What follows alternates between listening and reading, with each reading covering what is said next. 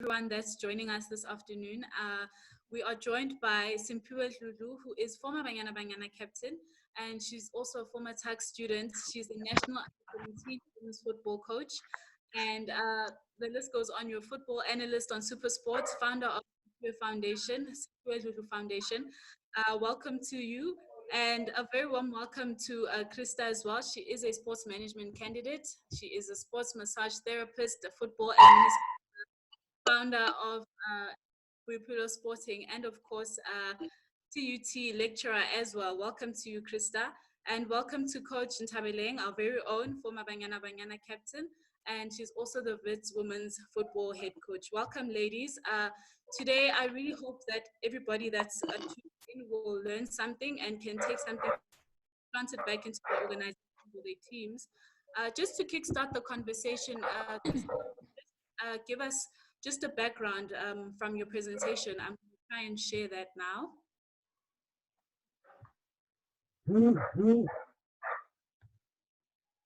Just a reminder, when Christa speaks, can we just all switch off our mic just so that we can properly hear? We don't hear the dogs. Yes. Okay, Christa, thank you. You can go ahead with that. Thank you so much, Nandi. Thank you for this opportunity. And it's such an honor to actually be in a panel with these legends. I think we can officially call them legends. And so just to give a quick background, I only started playing football late, but I started watching football in the days of Brian Baloyi and Opara. And so I've always loved football. It's just that I never had an opportunity to play football. So with one of the studies that I did, my honors year, and now currently completing my master's, I studied a bit about football because I was looking at structures in football and specifically women's football.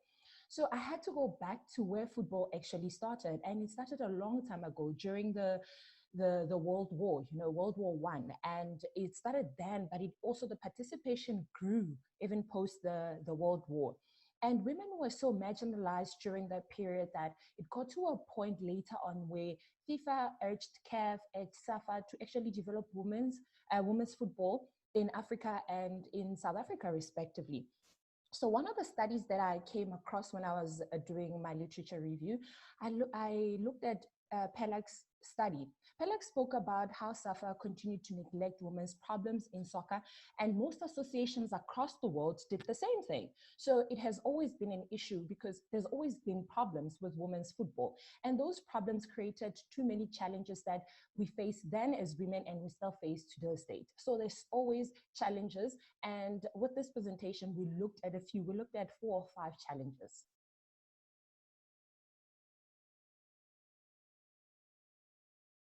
Over to you, Nandi.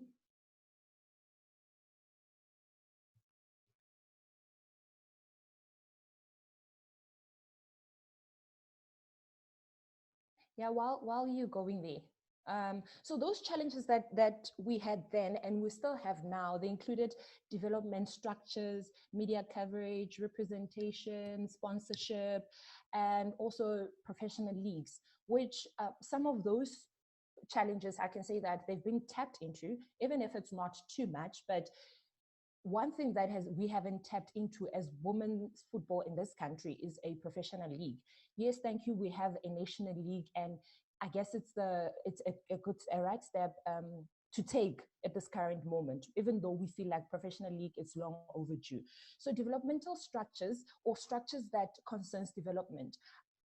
We don't have, yes, we have guidelines from our federation, but there's so many things that are happening that we don't have structures that would take a girl child from an age of 7 or an age of 4 to play football or to participate in football all the way to professional level or all the way to playing overseas or whatever the case is, the highest level in this country.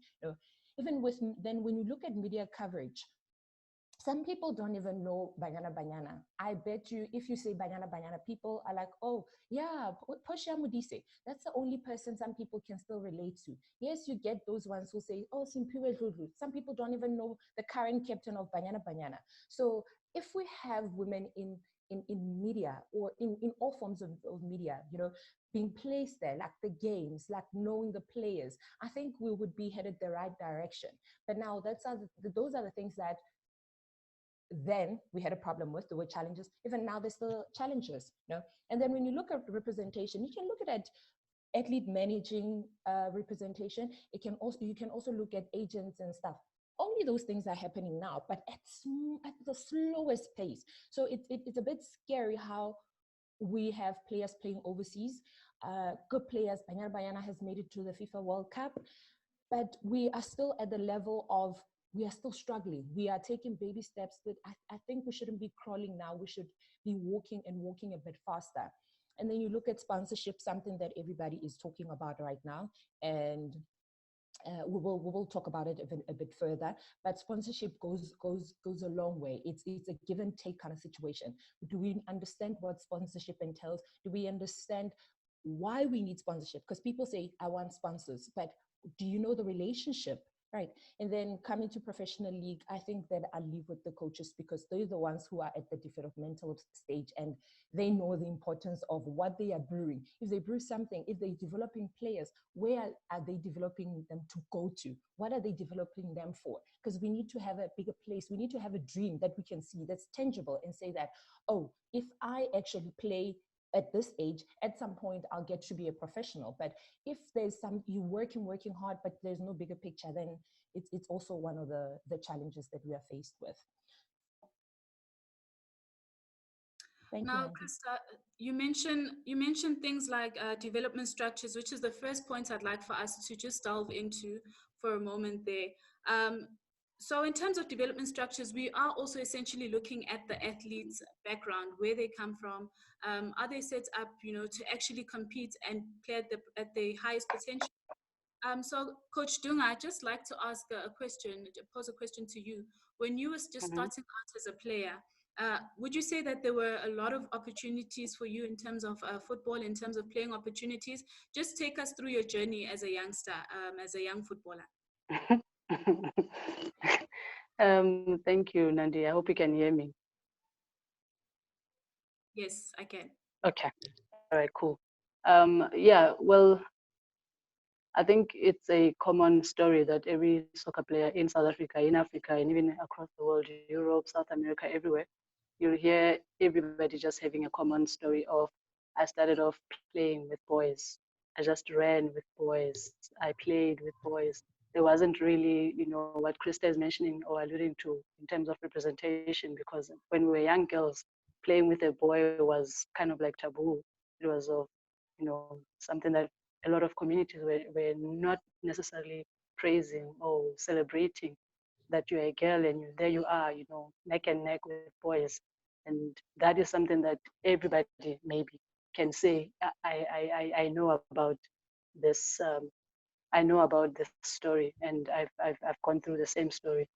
So it's something that was happening then, and it's also again something that maybe now there is a tide that is turning, but it's like what Christa was saying, the wheels are quite slow in terms of getting into motion, because we still don't have that full effect representation of girls playing, just girls, you know, at the lower structures, at primary schools and things like those.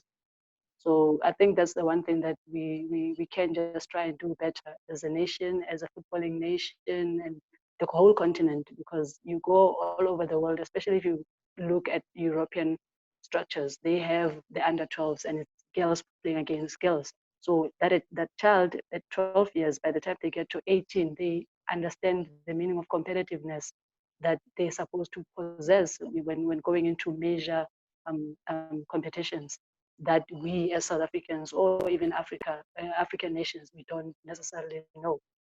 So I think, you know, coming up, it was a bit of a struggle for myself. I played mostly with boys, like I mentioned, and it only came only maybe around my university levels. That's when I actually got to see other girls playing, and it was, you know, in a sense, it's a little bit too late for my development, but yeah, it was an opportunity as well for me to be able to get into the competitions and stuff. Thank you for that. So, Coach Simphiwe, I'd also like to just pose a question to you in terms of you're coaching at a national level, and you have players that come from different backgrounds, different institutions, communities. How do you ensure that it all comes together on and off the pitch? It's not an easy task, to be quite frank and honest with you. I think more of it, I'm thankful of the personality that I have and the experience that I've attained through the years of playing and just being a human being in general, growing up in from the township, because all of these ingredients, you need them.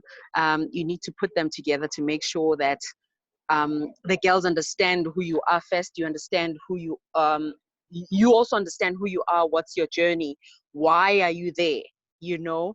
And most importantly, it's for me to understand the diversity that we have in this country. 9 provinces, 11 official languages, and other languages that are created out there. So there's a lot of cultural differences, there's a lot of emotional differences, beliefs, and all of that, but the common ground is football. And it's for me not to be naive and overlook all of those things, because they form an integral part of achieving everything that we want to achieve on and off the field. And it's for me to understand where these girls come from. It's for me to have conversations. It's for me to find out and have background checks. It's for me to, you know, step down a bit from being a coach and also use other people that can get me information about the players, about their backgrounds, because sometimes the players don't open up to you as much as you'd love them to, you know. So incorporating the two is difficult but doable. You just need to put in the hard work, because for example, if you go to the rural off the field, the girls are not allowed to be in sport. The girls are not allowed to wear pants. The girls are not allowed to play with boys and all of that. And when you are on the field, sometimes those things come back to those girls when they have an opportunity to be on the field. So the diversion of all these things, the diversity is an important aspect to always bear in mind whenever you are dealing with young adults, especially because as peer pressure, there's a lot of things that can sway you to different directions, but you just need to stand firm. And I think being open-minded is helping for me to understand the two worlds and bring them together, because the one needs the other, because all of it speaks to development on the field, off the field. I think we'll break it down a bit later on, but it's for me to understand that we are such a diverse and complicated or complex country, and so are the people. So it's for me to understand all of that, and for me to be able to survive. It's the people that I bring around me that are diverse as well, where I get advice, I get people that spy for me, if I may put it that way, on and off the field, because alone with just 2 eyes, it's not easy to do it. Sure, absolutely insightful. So we did mention in terms of the development, just the players' backgrounds as well. But Christa, I'd also just like to pose a question to you. How important are our institutions in shaping and giving a good, solid development structure for athletes, and really setting them up for your national teams or your Olympics or whatever they want to strive for? I must start with saying that when we talk about development at tertiary levels, it's already late. It should be continuation. It should be just touches here and there, just aiding, So, but what I've experienced, my own experience with universities, I don't even think universities understand the role that they play, because they play a major role, right? And that major role comes in the support services that they provide to the players.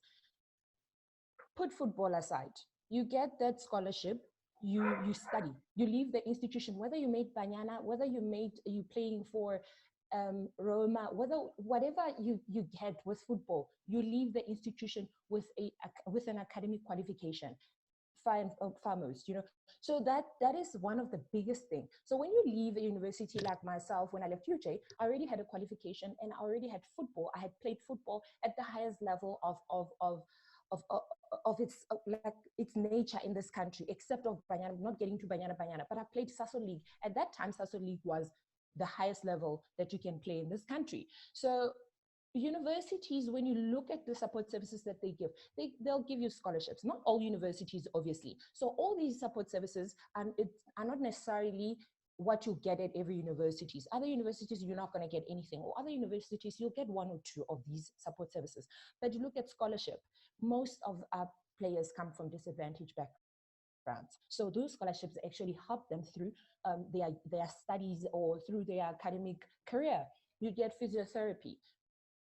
If you look at teams that, let's say, don't have physios and teams that have physios, most of the time teams that have physios actually survive because all coaches, Coach Dunga, Coach Simphiwe will vouch for me. You'd rather be a coach and you're sitting with a full bench of players who are injury free and be frustrated by that, instead of that, if I had a physio, the injuries would be gone and that. So physiotherapy, academic guidance, biokinetics, strength and conditioning, even sports psychology. Sports psychology, seemingly, it seems like they'll teach you how to cope with the game in itself, but it goes beyond that. It's like counseling. It's like, how do I deal with this dual career?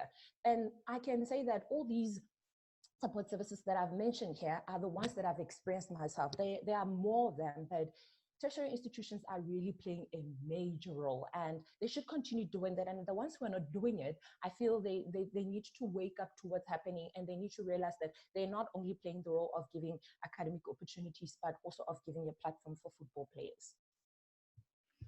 I could absolutely agree with you. And, you know, the nice thing about university institutions as well is that the athletes get psychological services as well, which plays a big role, because you mentioned players coming from different backgrounds, players coming, you know, from, you know, maybe child-headed homes sometimes. And, you know, they're able to get those services there at the institutions as well. So moving on to our next point, media coverage. It's almost impossible to mention media coverage without sponsors, because they go hand in hand.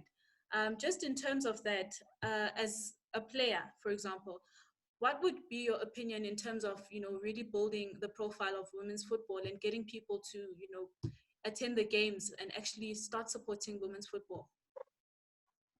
I believe that we need to get our house in order, Nandi. When I say our house in order, is that sponsors will sponsor something, a complete brand. We need to brand ourselves as women football players. And so we have this thing, if I may highlight, we have this thing of saying, Safa is supposed to do this for me, Coach Dunga is supposed to do this, Coach Shoti is supposed to do that. But as players, what are we doing? We are faced with certain challenges, but what are we doing? Because you can't expect somebody to treat you in a certain way if you don't treat yourself in the same way. So we need to say, we need to brand ourselves, we need to fight, but not fight physically, obviously, fight to package ourselves, you know, fight to, because most of us, you have women in the industry like myself who have that knowledge, you know, have that academic background. This is where we need to come in together and say, this is what we are trying to sell. Sponsors are not going to come in if you're not selling them anything. You need to package yourself and say, this is what I'm selling, this is the product, and this is what I'd like you to give in return. But you can't just say, give me money. Give me money. In what way? We need to know what people, sponsors obviously want to put money in what they know that in the future it will give them return. So that's why I'm saying, I feel like we are working all in isolation. If we come together and not trying to be, I'm the first woman to have this, no, we'll deal with that later. Can we all get our hands dirty and we work together, and then we build towards something? Before we go to sponsors, we need to package our brand. And if I may add on what Christa is saying, it goes a long way. You know, you'd love to start from the bottom going up, but in South Africa, most of the things start from up there and filter down. We're doing the opposite, and an umbrella setup does not work for us sometimes. Most importantly, I think if people at ground level understand the product that they are building and brewing, it will be easier for the players, for the kids to grasp and understand the importance of being quality from an early age, because you can't want to sell something that is not of quality. For people to come and watch, for people to sponsor, for people to invest in, they need to see a return on investment. And sometimes it's not monetary, but sometimes it's on the worthiness of it. And how do we do that? At Banyana already, it's a bit too late, though you still have time to brand and package and all of that. It's at the cherry on top when you're up there. But from down there, when a girl understands that I need to behave in a particular way, so it goes back to development. Christa mentioned something very important, that we are working in isolation. If everything were to work together, development is not only development of physical development, it has to be mental, it has to be personal development. If personal development is started from down there, where a young girl is made to understand who they are, self-esteem, what they are worth, it's easy for them to adapt to structures. It's easy for them to adapt to things that are tangible. It's easy for them to create things that will become quality. And if that happens from an early age, from down there, it speaks to the people that are down there that they should be people that understand that I'm creating a full package, a quality product that must be put on the market. On the market is for her to get to the under 15 team, for her to get to the under 17 team, for her to do under 20, for her to go to Banyana, go overseas. If you're starting to package at Banyana, you might have missed out on a lot of steps that you have to go back and break certain bad habits. So I think it's very important for us to go back and try to remedy communities, for us to go back and remedy in clubs and create certain trends, certain cultures. And I think the current players that are in the limelight, that are role models right now, they are the ones that are to help us to say, how do they influence the young ones? Because for a young girl out there to say, I want to be a Rifulejane, it's what she sees that Rifulejane puts out there to the universe. And she wants to be exactly that. She wants to mimic that. If it's good, she takes all of it. If it's bad, she'll take all of it and extra. So unfortunately, the ones that are on top, they have a mandate. They have a role to play, and they have to make sure that it's a good one. But all of us down there, anyway, we have an opportunity, and we have to roll up our sleeves and be able to say, we want to work harder. We want to change the narrative. When an opportunity comes, it must find us ready. But right now in South Africa, I don't think we are ready enough. We are not fighting enough to work on personal development, so that the bigger scheme of things, when things are in place, we are able to fit in and flourish. I actually like what Coach Simphiwe is saying about the bottom-up approach, because we need to do bottom-up approach. How many teams are saying that they struggle, that Mahlangu, who has a supermarket around them, who is probably willing to help? We can't go to say to Tate Mahlangu, we struggle with transport, and we know that you have a minibus or whatever the case is. Please support us during this period, because this is what we are trying to do. There are community leaders who are trying to fix communities. We are not speaking to them. So it's also what Coach Simphiwe was saying about your Refugee Janes, your Janine Van Veeks, they are up there. They have a role to play. And we should also teach our girls that it's not everybody who's gonna play professional. It's not everybody who's gonna play Banyana, but we all are expected to become better people in our lives. So if we are ready, we equip ourselves personally, we will be able to survive. We will be decent citizens. We will actually change the world. And when you change the world, it needs to start with you, how you behave, how you absorb things that comes from the universe, and how you actually put yourself out there. Thank you very much for that very insightful discussion there. Coach, would you like to add, Coach Dunga, would you like to add to that? The Coach Simphiwe and Ms. Christa, they did the whole thing. What I'm going to be doing is just spoiling it. I mean, if we look at things like the National Women's League that still doesn't have sponsors, maybe the next big thing to do is actually identify institutions, or, for example, universities. There are universities that are competing there. Maybe also make use of those crowds in the institutions to actually push them to come and attend the National Women's Games as well, to come and support the game. And through that, if there's bums on seats in stadiums, then that will draw attention for broadcasters, for sponsors, and people to come and cover the games as well. And just another pointer that I had as well is you mentioned Refilwe Jane, you mentioned Janine van Wyk. We can use those kind of people as ambassadors or influencers of the game because they've got a large following. They're playing overseas. Maybe get them to do a tweet or something about what's happening back at home. And that could also be something that inspires people to come and actually watch the games as well.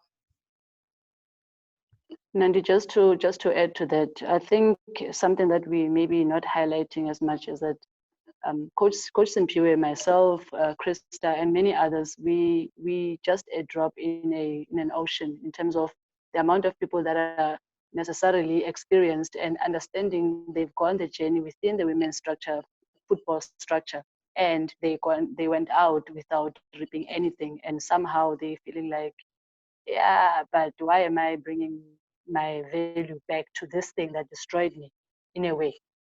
There's something like that we should be looking out for, because I can imagine even in the university structure how many female footballers that we parade out there and say Christa Kgamphe just graduated with such and such, and she was studying at UJ, she's now studying at TUT. Basically, when Christa is done, she's now going to be employed somewhere, but Christa is saying, I don't want anything to do with soccer. She is possibly one of those that we can use. You know what, when Question Pure said, I want spies, I'm thinking of spies in that element and in that level where we can say, so and so is not necessarily back into the industry or back in the soccer industry, but they are working somewhere in sales, somewhere in their doctor or whatever industry that they would have been being employed in, where we can be able to use them and say, hey, Christa, you now this amazing marketing connoisseur, how about you help us with the marketing? Those are some of the things that SAFA could actually employ and say, hey, come back, we know you, you are the bread and butter of this thing that we're trying to build, and we need you to come and just assist us in whatever way. Sometimes it doesn't have to be monetary, but it will reap monetary effects ultimately. We just need to be able, like Coach had said, we need to be able to stick our hands in the muddy waters and be able to do the work, because sometimes it's not just going to be able to come from us just talking or us just sitting in our own isolation and thinking, yeah, we won't be able to do this. There is a lot of industry leaders that are female that can be able to bring back into the structure, but somehow they are missing because of what everybody has been talking about, that link where they would have been nurtured early and they would have been told without actually saying it, this is your responsibility. We don't have to put it, cast it on stone and say, you have to come back and do what's right. Because I think izandla against that. One hand will have to wash the other one. Once upon a time, you were a junior. Once upon a time, you were a beginner. Today, you are a master. You have to be able to teach. Each one teach one. That's what they say. So I think that's the other thing that is missing within this whole element of us actually being able to feed and be able to make this professionalism that we're so badly seeking to make it a success. Sorry, I just wanted to put that there. Sorry. Nandi, I know you want to move on just a bit. I thought we are talking about the National League. How do we get people to be coming to the stadiums? How do we help them see brand value? I think it will be very critical for all the clubs in the National League for them to have workshops where they are able to have conversations and say, what do you need? How can we help? Because it's not easy. There's a lot of rebellious actions where the girls or the women that are playing football, sometimes they go back to a corner where they're like, yeah, fana, it won't change. But it's for us to remedy as much as we can, give more hope. How do we give hope? We go back and give help before the people can seek help. Try to find out what do they need, because sometimes we just throw a blanket and think everybody needs the same thing. And it's not like that. We need to go and do bati risk assessment. We need to go back and do the same thing. Ask, what do they need from down there? Times have changed and needs are different. So I think everybody needs to work together with everyone else. Find out from the media, why are they supporting men more than women? Why are they supporting men's sport more than women's sport? Because there must be something that they can tell us words and help punches, be able to say, let's work harder and build this empire. It's going to be difficult, but we just need to find more edge within us to say, let's go harder, let's go deeper. You know, it's not going to be easy because, for an example, if you're taking a girl who is a tomboy, she's a tomboy, likes dressing as a boy and all of that, and you want her to sell a very female product, how do you help her to see the bigger picture without changing her sexual orientation, without judging her sexual orientation? So all of those things need to be taken into consideration to say, how do we help one another to move to the next level? Can I add on something on what Coach Coach Shoti just said about how do we move forward? I think the time is gone of us blaming other people, especially as women football players. And I would like to challenge football players of my generation to say that let's just grab the bulls by its horns. We need to be doing that. I feel like, for example, I'm one of the people that is supposed to be helping with these workshops that Coach Shoti is talking about, going around and trying to speak to these girls, because I can relate. I still play, so I can relate with them. And I have information or knowledge that I can actually share with them. But sometimes, as Coach Dunga said, that we just a drop in the ocean. You know, I can be able to do it in my own space with the people that I can reach. But how about another Christa somewhere else? And we still have institutions that do sports management. Sports management students are dying to get hours for what's that will. It's called work integrated learning. They're dying to do that. Can't we then formulate and have structures that are helping these managers to actually get experience and just go out there and actually do the groundwork? I can't be sitting here and saying that, yeah, I want change. What about the 14-year-old who wants to be at a better place than I am today? I'm the one who has to create that change, you know? So it's our generation. We need to do something about it. Speaking of doing something about it, Christa, you are a co-founder of Wits Sporting, and I actually had the pleasure of attending one of your netball clinics and stuff in Soweto. How important is it to actually, you know, as a company, go back and you know, take things back to your community and empower people and mentor them? It's very important to me because the initial reason that the company was started was, obviously everybody wants to make money. But for me, I wanted to create something with my partner. I wanted to create something that can plow back into communities. We have a background of sports management and sports science, but our communities, that is foreign to them. If you say that, they get shocked. So it's one of the important things that we do. Plant a seed in communities. Don't just go feed, plant a seed. So with that project, that the netball that you attended, I can gladly say that even the coach got a job. She can put food on the table. The girls got techies. We did a drive. These girls look forward to playing. And so we need to keep making a change or planting seeds in our small spaces. For me, it's important. One day we'll make money, but yeah, for now, it's really important to plow seeds. And Coach Simphiwe, you mentioned doing a risk assessment in your community as well. You've also founded the Simphiwe Dludle Foundation. Can you also just take us through what your journey is all about there?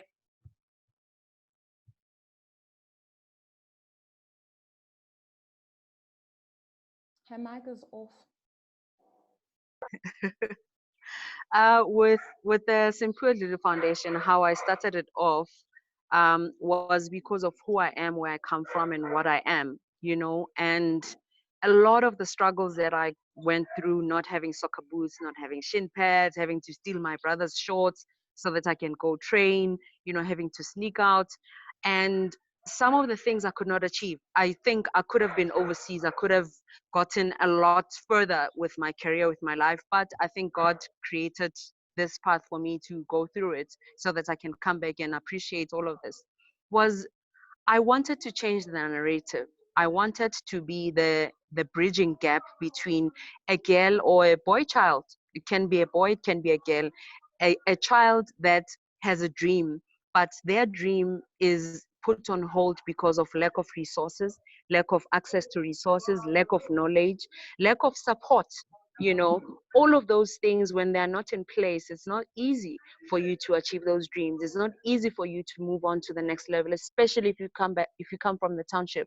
There's a lot of things that you face. There's drugs, there's teenage pregnancy, there's crime, there's the list is endless. And we see all of those pandemics inhibiting young people from prospering and being where they are meant to be at, you know. So when I started the foundation, I thought about all of that and how do we mentor young girls? How do we help them see a winner in front of a mirror when they look at themselves, you know? And the challenges that I faced, I wanted to bridge that gap, help her to be able to have those soccer boots, not steal or not be able to say, I'm not going to football because I don't have soccer boots that fit me. That is another thing. I used to play with soccer boots that were bigger than, you know, I'm a size 3, then I have to go easy. How do you reach your maximum potential, you know? And imagine a girl that wants to go to varsity, but they don't have registration fee.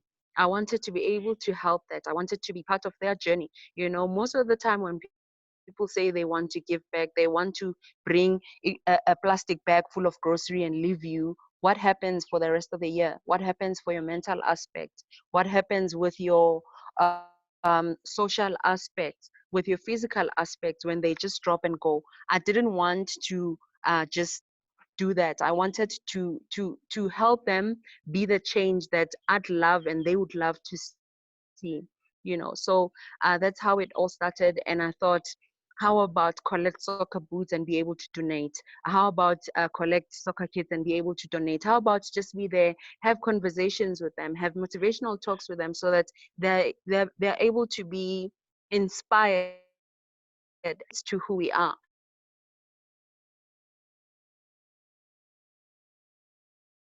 It means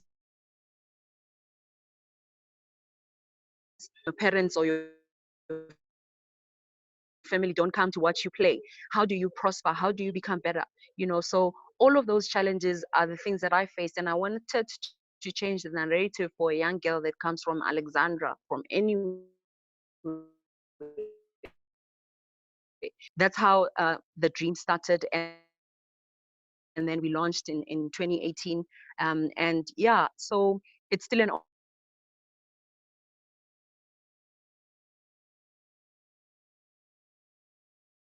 ongoing yet, but I'm not going to give up because I want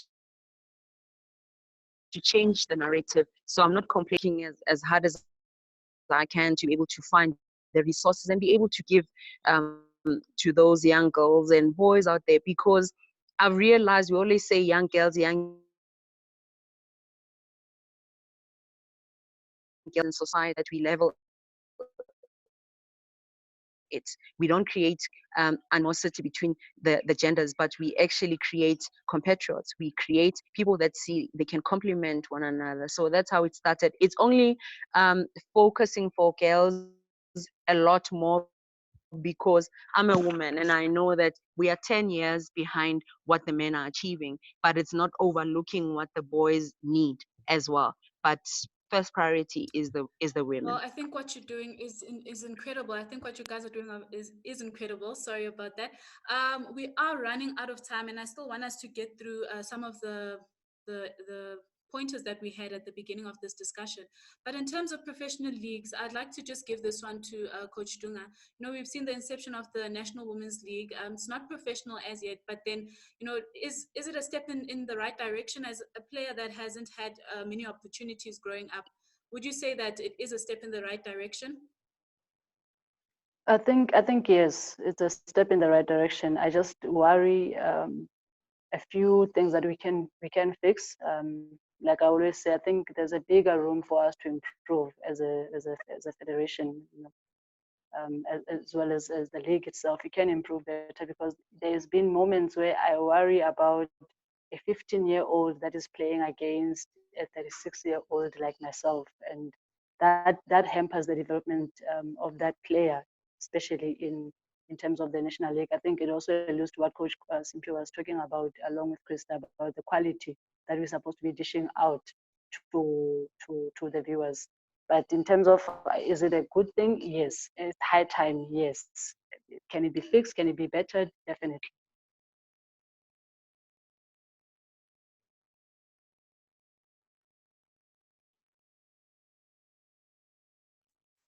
Sorry about that. My mic was off.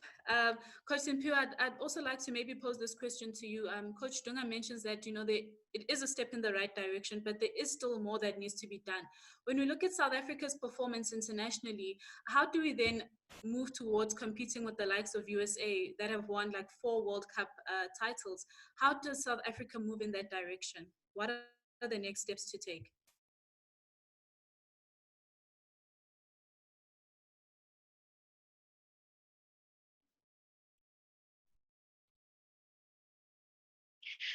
To be honest with you, we are still behind. Years behind, because if you're comparing us to Europe, you're comparing us to USA, you're comparing us to even Brazil, Uruguay, those countries are starting with professional leagues. We are still behind. But the most important thing is that we've started, the Sanlam League, the Sasol League, the Vodacom League, they've done so much in profiling women's football.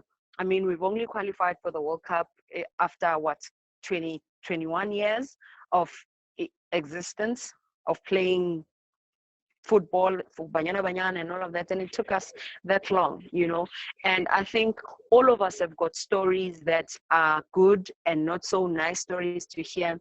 All of us can draw from that and see what needs to happen, but it needs to be relevant people that must be in places that make key decisions. It must be relevant people that understand what needs to be done. I'm happy that the National League is there. We see it on TV. The game has progressed so much. For us to get to the level of USA and all of that, we need to make sure the structures from school are done properly. There needs to be more participation of girls playing football. There needs to be more structure in those girls playing football. Somebody commented and said, but when I go watch a girls game or playing soccer, there's no structure, there's no order. We need to get that into place. How do we do that? We need to get the people, the coaches that are there, the management that is down there. Management must not start at a club that is in the National League, but it has to start even in that under 7 team, under 6 team. So all of it has to start from down there. We need to see the value in who we are. We are worth so much more. And I think with the National League happening, it's great. It's just a pity that some of the teams, when you see, they still don't have club track suits. They're still struggling with transport and all of that. All of those things need to change. I think there's a lot more that needs to be there. There needs to be funding and access to that funding. There needs to be accountability. There needs to be a shift in mindset from the players, from the clubs, from the people that are involved. That way, if we change the mindset and see positive, it's easy for the next person to try to invest. It's easy for the next person to say, I want to go watch women's football. I think in 2010, when we played a World Cup qualifier and hosted the 2010 World Cup in South Africa, it was a big buzz for us. And women were playing a qualifier for the World Cup as well. That was a turning point for us. Sasol came into place. Who else are the sponsors that can come into place and change the narrative and add value to women's football? So women in key areas where they can make decisions, they need to come into place and say, we want to be involved. They need to come into place and say, we want to change the narrative, And I think that girls need to fight more on the field, off the field. Off the field, how do they fight? With personal representation, with how they see value in themselves and how they present that value on and off the field. You asked me, on and off the field, it is very important, but we need to teach. We never stop teaching. As coaches, we have the responsibility to help improve. We can't change the mindset. We need to improve and help them see better. How do we do that? We need to see light where it's so dark. And how do we do that? We need to tell the truth. We need to be honest about things. We can't just, be pompous and say things are okay. Things are not okay yet. They are positive. We just need to make sure we are consistent in doing things. We can't just bring a solution once and then move away. We need to be kept accountable of the solutions we need to implement. There needs to be records that are put in place. There needs to be people that are asked, you said you want to do this, how far are you going? How is the implementation? Because if funding comes into place, we can't mismanage that money. So into clubs anywhere. Personally, the players, if they go overseas and earn big salaries, how will they be able to manage that? So there's a lot of aspects that need to be put in place and done properly. We can't rush, because if we rush, we're going to find ourselves crumbling and going back to start afresh. We can't be starting afresh every 20 years. It's a lot. Just to add to what Coach Shoti was saying, Coach Shoti was talking about money, and I'm very money hungry. I studied finance, and I know, oh, Christa, oh. I think from my studying of finance, there is never going to be anything that will come from, someone has to put in to show some form of commitment. And like I said, if it's not something that is more appealing and is more drawing for the next person to be able to also put in, it's never going to be reaching anything. And I mean, we can talk of the National League, we can talk of all the other structures beneath it.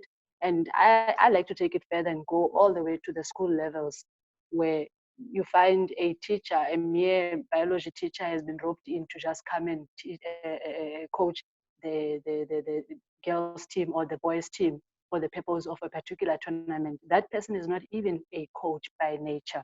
They are not even trained to be able to deal with players at that level, to provide the proper training or the proper technique of how to do things and how to nurture these players, so that next year when they hand them over to the next teacher, they hand a better crop of players. We're struggling with that. However, we have a lot of coaches all over the country who are just sitting idle, not being able to get into those spaces. I think we can start by also holding ourselves accountable, like what Coach Shoti has said, as federations, not even federations, as LFAs. What is it that we are doing? Do we know who our coaches are? Us as coaches, do we even know who our LFAs are? Where is the office? We don't even know where the door is, because we're doing things somehow awkward. What we're supposed to be doing, we are not doing, and what we are not supposed to be doing, we are doing freely, as also soccer lovers and also the administration. I think the other part where we're talking of investment into the national structure or even the national league, that topic deserves a week-long conversation on its own, because it's going to hurt a lot of people. There is this national league that is happening. It's amazing to watch on TV, but there was a time where there was a talk about the large scores, which also begs to, a question: should we now diminish the quality of football that we are playing as a team? We've trained to be able to whoop people 20. Now we must hold it back for the basis of teams must not be getting large scores, because we'll get the investors to run away. That is a very, for me, it's a very painful question to be asking teams, because we're saying lower it, whereas we are not asking the other team to bring it up as well.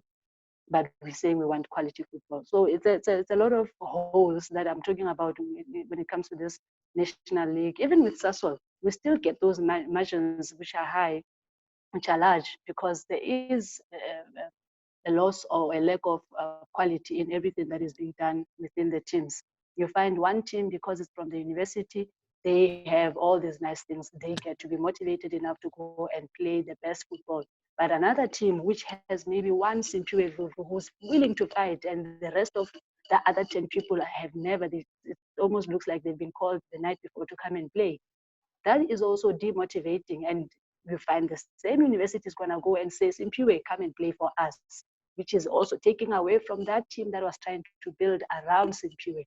So I think the lack of right people, like Simphiwe is saying, we have the people, we are just not employing them in the right structures where they're supposed to be.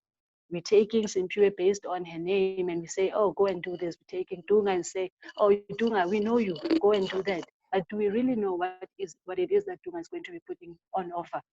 Do we know what value does she even have the passion to be doing this thing that we're asking her to do? But on the basis of, we know you, Nandi, we know you, you've been with us forever, go and do that thing. That is the other problem that we're struggling with, and it's going to be destroying everything that we've all been working so hard for. Coach Dunga, you've just said a lot there. Can I just interrupt you, Christa?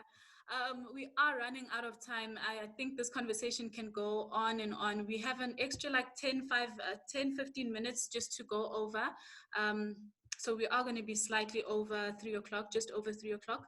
Christa, just before you answer that question, I just want to pose a question to you as well. We're looking at Sundowns and Bloem Celtics that have a women's side. Would you think that if the other PSL teams consider having a women's side would also bring up the profile for women's football? Yes, no. So my yes is yes, we will have let's say your Kaizer Chiefs, your Orlando Pirates, and it will be all nice and that. But no is, are these teams really doing what we think that they are doing? Because is it just the name? Are we just going to take women's football and just throw it under the men's shadow just because they have a professional league? As women, there's a huge gap there. So my thing is, yes, before we have everybody playing for big names like your Orlando Pirates, like your Chipa United, but as women's players, as women's football, do we have a package? Who are we? What do we stand for? What's our identity before we go there? Because we're gonna just disappear into those what you call them, into those ranks of another team. Let me give you a typical example. Imagine a Mamelodi Sundowns, it's playing against a Kaizer Chiefs ladies team. It's already about the names. It's not about us anymore. I played for Mamelodi Sundowns. There was points where people didn't like me because they don't like the men's team, but it had nothing to do with me. So we need to also be careful of that, of how we packaging women's football as a brand, as itself. It needs to stand by itself. And it goes back to systems. We need to have systems. As Donga was saying, accountability. Coach Donga and Coach Simphiwe said, accountability. We need to have systems that are working. We can't be saying that experience tells me that. Which experience? From what? From women's football or from men's football? We need to be careful with experience. Experience brings a lot of wisdom, but we need to hold people accountable. We need to evolve. We really need to evolve with what's happening in the women's game, because the women's game is really growing around the world. We cannot be left behind. We need to grow with the game. Just to add on that as well, somebody posed a question and said, what role can men play in women's football, in growing the game, in doing all of that? I think how they can add value is for them to fight side by side with us, vouch for us, be able to say, this is quality, I know it's quality, so let's push it as much as we do with the men's game. Be honest, and be in it to see growth. Don't be in it to tick a box, and I think we shouldn't be comparing the two. It's apples and bananas. You can't be comparing women to men. It's totally different products when it comes to that. Now, common ground is football. The support is what we need, because the struggles that the men have faced over the years, and they've combated all of that, they can help us not to face the same things, so that we can grow rapidly, faster, and with consistency. So that is very important, and it's because people that make big decisions out there is men in big companies and all of that. We can't be shying away from that. It's true. So if they see value, they find it in them to see the sport grow, it will be easier, because the more we force them, the more they give us crumbs, the more they overlook us, because we are becoming a nuisance. But if they see value, they want to be involved, they have the good heart in them to say, we want to see the game grow, it will be better. If all the PSL teams, it comes from them, not pressure from the people out there, it comes from them to say, because we see what the men's game is doing, and we see how the women's game is growing in South Africa and the rest of the world, let's take it upon ourselves. Let's take it upon ourselves. I mean, Manchester United was the last team in Europe to say, let's have a women's team. And look at them, they're flourishing. Nobody forced them, but actually, maybe society forced them, in a sense that all the other teams, Man City, Chelsea, Arsenal, all of them were doing it, but they did not say we are not doing it because Manchester is not doing it. No, they started something, they did it, and Manchester followed suit. You look at Spain, the same thing is happening. In the United States, the same thing is happening. So I think in South Africa, it has to come from the people, that the stakeholders that see value and want to take pride in women's football growing, because at the end of the day, it's football, you know. So we can't be forcing people to love us. We can't be forcing people to love women's football, but we need to help them see. How do we help them see, package that product, you know, have access to opportunities, create those opportunities. Ungabheka ubuso bomuntu and say, just because it's a Simphiwe Dludle, I'm going to give 100%. No, it has to be, I just see a shadow of a person, I'm going to support that. That will be very important. We need to be honest as well. And I'm looking at opportunities that need to be out there. It doesn't just need to be football where you become a soccer star. The ground is so big. There's administrators, there's coaches, you can be a marketing person, you can be a media person in football. We just need to make sure that packaging, we should have a webinar where we discuss this packaging, because it's so big. It's so big. It looks so small, but it's so big, and it's the direction that can help us to grow this game. So men and women, we are not supposed to be competing. We are supposed to be complementing one another, because we need you men out there to help us grow and be better. You were there, you started before us, so help us. And not we should be helpable. We can't be dragging our feet and saying it's their job. It's not their job. They need to find us ready. That needs to be a hand and glove working together. That's my piece. I think I like what Coach Simphiwe is saying, because I can give a typical example. I'm a TUT player, so I have a goalkeeper coach at TUT, I have a coach at TUT, but there are men behind my success as a player or as a coach or whatever that I am, because I have a lot of caps. You know, I'm going to give an example of Coach Tyron Demons at Wits, Coach Ashley Makanya at Wits. Every time I go there, they are not like, you're a TUT player and you're a girl. They help me. Coach Tyron has taken me under his wing as a mentee. And he said to me, I'll help you grow, because I've had my challenges as a goalkeeper, as a player, and as a coach. So I'll help you through this journey. He's not trying to prove a point. He knows that I have a place in TUT, but he is also adding value into my life. So I like what Coach Shorty is saying, that we are not in competition, or we're not trying to tick a box or anything. We have people who are supporting. There's men already who are assisting us, and we are not in trying to take maybe their jobs or anything like that. But they shouldn't. I pray that they don't get tired. They should just keep supporting, and we will also be supportable, as Coach Shorty said. Sure, you guys have mentioned some very insightful points there. Just a quick one on representation, because that was our final point. How important is it, and I'd like to pose this question to Coach Dunga, how important is it to have females in leadership roles in football? And in terms of just advocating change, how important is it for women? It's very important. I mean, I don't have to, rehash the point where we can say, we are women, then we can be able to, we know the struggles that you guys are going through as women players. It doesn't need to end on that element only, but it's very important, because I feel if more women can be seen in the whatever role, leadership role, management role, or even in the coaching structures, if more women can be seen, then a lot of people can actually realize and understand that this is a big role for us to be playing into, and it needs all the support, it needs all the time invested, and it needs each and every kind of opportunity that will be provided to other men coaches, if I must put it that way. I agree with what the other panelists have mentioned in terms of us not being in competition. We are not in competition, but we are eager to want to learn. We want to be able to get all these things that you guys have gotten. We don't want to take the bad at the baddest time, but we want to get the good at the best time as well. So if we were to have, I mean, just imagine if we were to have a coaching structure of about 18, I'm thinking of a Coach Simphiwe in the under 17 squad, or even under 20, or even Banyana in the national setup. If you were to have about 17 or 20 technical team, which is just female, that is something that has never been done before. We're not saying that we're taking men out of, we're not saying that we're taking them away from it.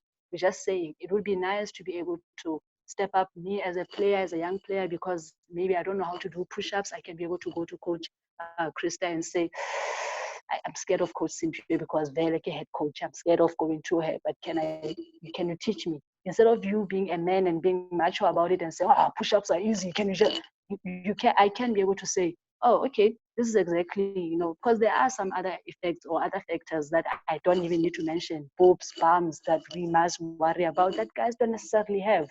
Those are some of the development structures that I think Christa was also talking about. I like to talk about physical structures, or physical development that women go through that it might hamper a little bit in terms of my playing, that a guy will not necessarily be able to understand fully.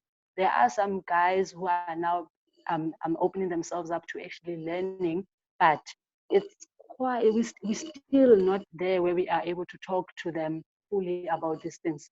I didn't want to just pose everything onto the physical structures only or the physical developments, but I'm just thinking if more women could be visible. I'm thinking even in the SAFA headquarters, we have Ms. Ria Lidwaba, who's the vice chairperson of SAFA.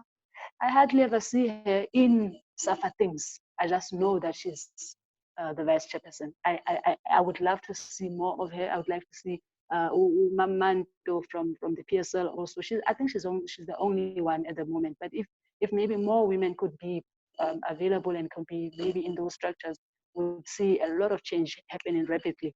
The way that we've been talking about it here. Sure, just a quick one. I know Coach Simphiwe, do you have something to say just briefly before we? Yes, and it's very important that the women also understand that just because you're a woman, you're not eligible to be in that space. You need to be there on merit, because you are dealing with adding value, you are dealing with adding quality, you are dealing with progressing the sport itself. So women must not think I'm entitled to this because I'm a woman, I love football, I know a bit about football. No, a lot of these men that are involved in growing the women's game have so much passion. They want to see it grow and go further, because all three of us started because there was a man that was coaching us. There was a man that made sure that we became the best players that we are. So to the women out there, you're not entitled to those opportunities, but you're entitled to expressing yourself, you're entitled to being you, so that when you get into those positions, you make change, you bring positive change, you bring progression. And also, just to add a little bit more scientifically on what Coach Dunga was saying, when women are involved in the game, they understand menstrual cycles, athlete triad. All of those things are taken into consideration. There's a reason why we do coordination instead of just letting the girls start training, because they are on a menstrual cycle. All of those things need to be taken into consideration. Chelsea in England is a leading team where they take care of sports science. They take care of the holistic approach of a player completely, and the women's game for them is big deal, and all the other clubs that are out there and doing their bit. So for me, I just word out there is that women that are, sometimes you get an opportunity just because you Simphiwe Dludle, just because I'm a Simphiwe Dludle, go there and prove and say it might have been my luck that I'm there as a Simphiwe Dludle, but I'm gonna go there and work as hard as I can so that I make sure I add value, I change the narrative. Exactly. Just we are running out of time. I think I have like maybe just 2 minutes just to get through some of the questions. If I can just get into this one by Khabo Ditsebe. He's asking, development starts at an early age, as the coaches have alluded. My question is, how do we get the girls to play from an early age?